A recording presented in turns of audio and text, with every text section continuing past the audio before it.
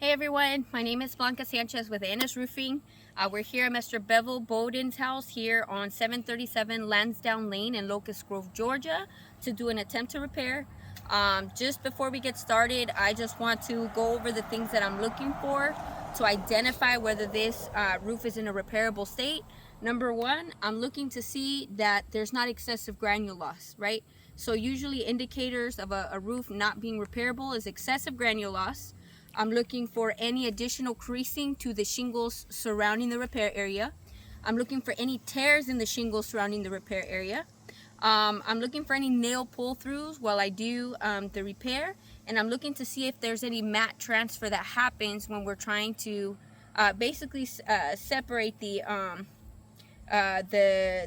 shingle from the seal. So those are the 5 things I'm looking for that are going to help me identify that. If you guys can tell right over here, I already have my work area ready for us. As you guys can see, Mr. Bevel has a wind damage shingle right here. This is the front slope, and obviously you guys can see the crease, but on top of that it's also lifting here. Now the reason I outlined this area is that in order for myself to replace this shingle, this is the shingle we're going to be repairing today, I have to break the seal on this row and this row in order to be able to release this shingle. So that's going to be important, because the big thing for us is to make sure, yes, we can do the repair, but making sure that it doesn't create any additional damage, okay? In my repair attempt, I'm going to be using these tools over here. So I've got my contractor square, so you guys can see that I'm not lifting the shingle beyond the 45 degree angle. I've got my, obviously I'm going to need a hammer, and I'm also going to be using my roof snake, so that way I can lift the seal without damaging the shingles, okay? So let's get started. Step 1, I'm going to start with this bottom layer here. Obviously this one's already lifted, but I'm going to break the seal on the next couple rows. Now this is kind of easy, as you guys can see, it's just sliding right through. So I can tell you guys that there's probably not going to be a lot of mat transfer here, because that was actually a really clean slide on this first row, okay?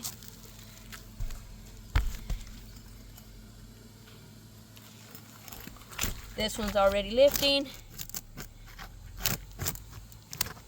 Take a look under here, and that's pretty good. So no excessive mat transfer yet.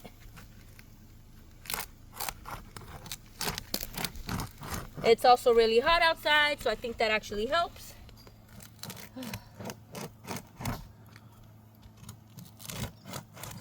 Okay, and then this one here, perfect. So now that we've basically broken the seal on those, just so that you guys can see, that's what it looks like underneath. Not a lot of mat transfer, so that's actually a really, really good sign there. Same thing here. Let's look here. All right. Here. Not bad. Okay. And let's look at this row. All right. Not too shabby. Last one. All right, perfect. So looking good. Next step, I'm going to be getting rid of the nails. We're going to start from the top row, actually.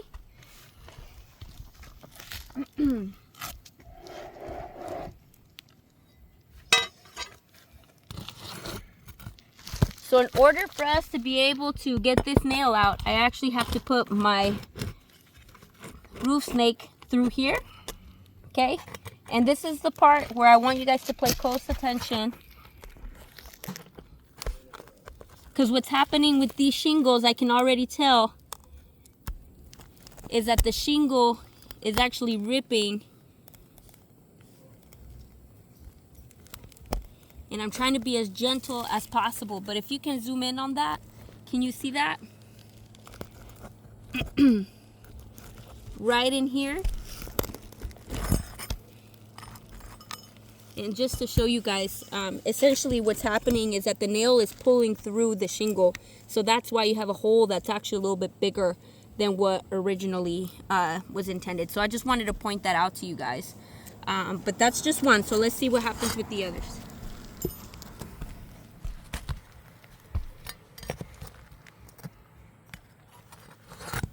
Same thing. this nail is all the way up here.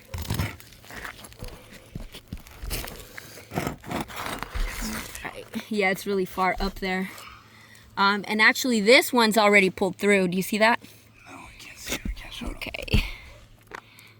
It's gonna be a little bit hard to see, but it's because it's further. It's like literally right here. Can you see my finger? Yeah, it'll be hard. It's okay, no worries. But this one already pulled through.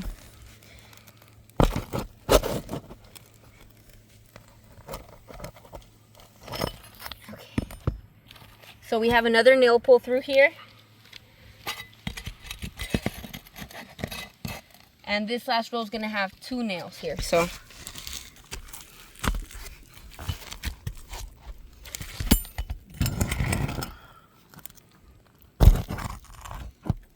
Can you see that? That went right through. It went right through. Right through. So that's gonna be an issue for the homeowner because it's gonna cause moisture to get stuck underneath the shingle there. It's gonna create leaks for our homeowner. But that was the and actually, whoop, it came off. Never mind. I was gonna show them that. But that's the first one wasn't too bad, but these last 2, the pull throughs were pretty evident. Okay, so now that I removed the oh wait, I have one more. Whoops. There we go. So there's one more nail. My bad.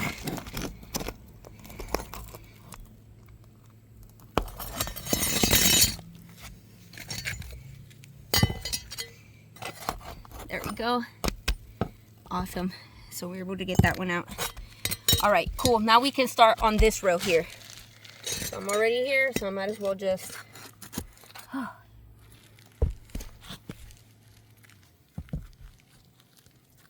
Okay.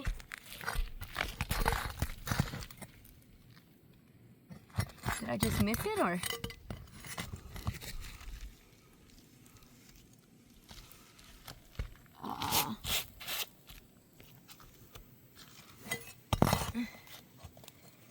All right, so no nail on the end of this one.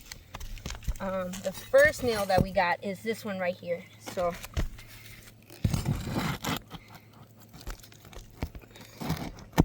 and guys, one of my biggest things when I'm doing these repairs is especially since we're doing these repair attempts, I want to show you guys that I'm being as gentle as possible. My goal is not to create any further damage for the homeowner. If you guys take a peek right here, that nail halfway pulled through. There we go. So also something to make sure that you guys are observing is, even though I'm not even using my hammer yet, but there's quite a bit of granules that are coming off of the roof, and that's just from me trying to get the nails out. Here we go. You have a good view there? Just trying to hear the glare. Yeah, the glare's gonna be rough in this spot right here because of the sun. Another pull through, guys.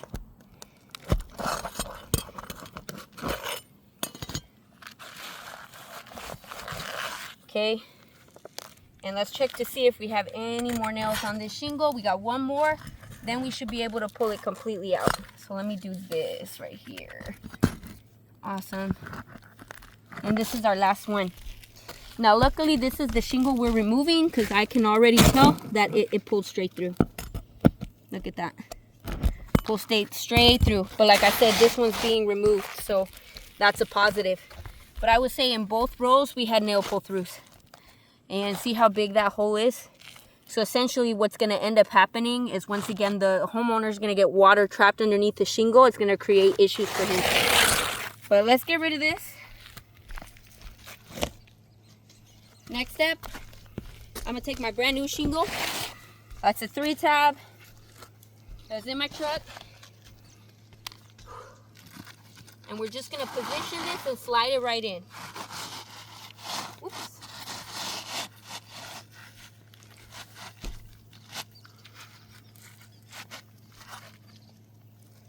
And then after this, we got to work fast because these are going to start to seal themselves. All right, cool. So now it's in position. I'm going to use my roof snake for this. And the reason I use the roof snake is that it allows me to do the repair without lifting the shingle more than it needs to be. So we're gonna start here. Oh, hand me my hammer, I'm sorry. I left it over there. And let's get started.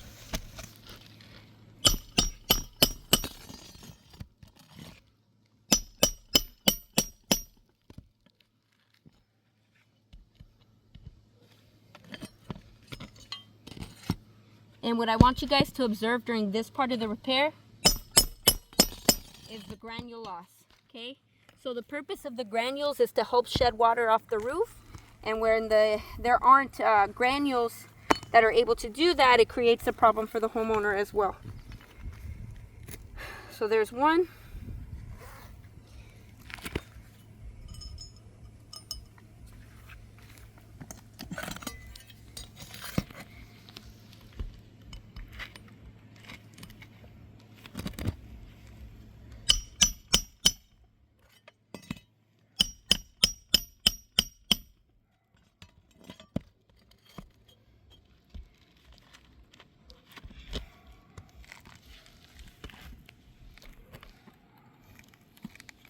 There we go.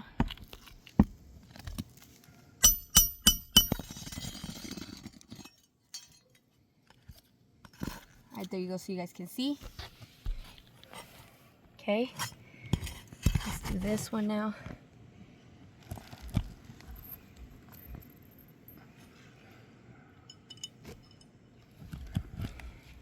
And position it in the right place here.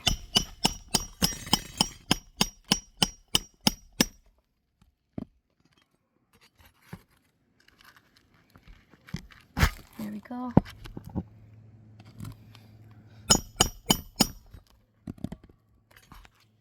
Awesome, perfect. And I honestly, there wasn't one here earlier, but I feel like there should be one there. So we're gonna put one more.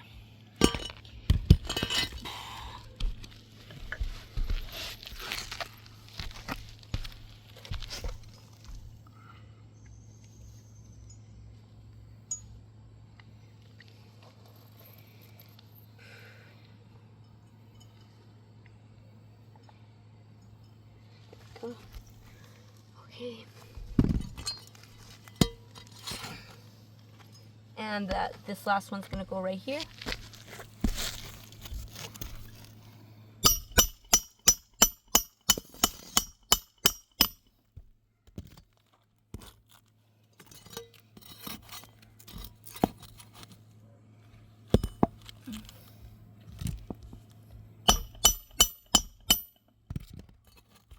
There we go, perfect. Now we're gonna put the remaining nails into the top 2 rows, and then we'll be all set. This repair will be complete.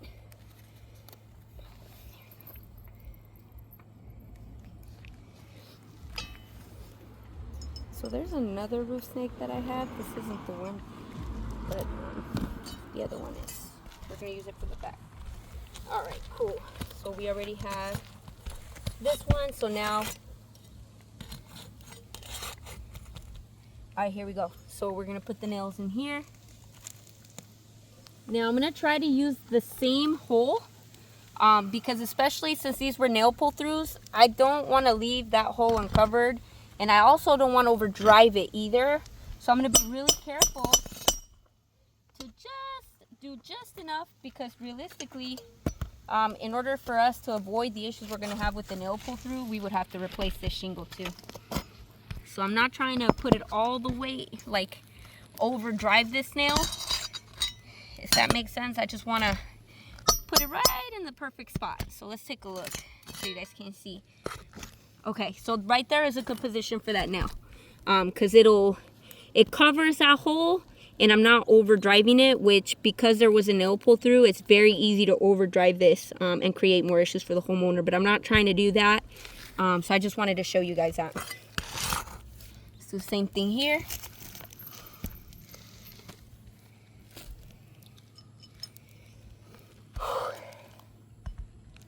And that hole's gonna be all the way up here. So here we go.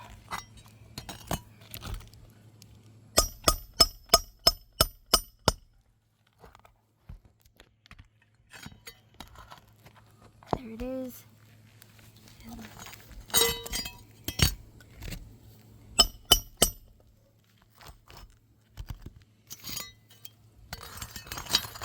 right, there we go.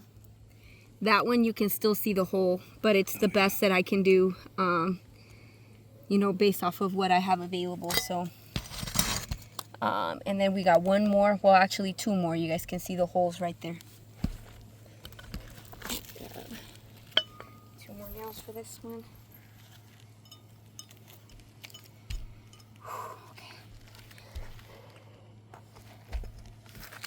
Okay.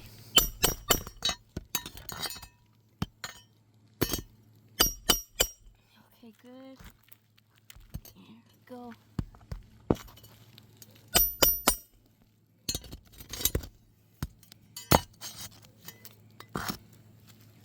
Okay, good. You see that? There it goes. And one more nail.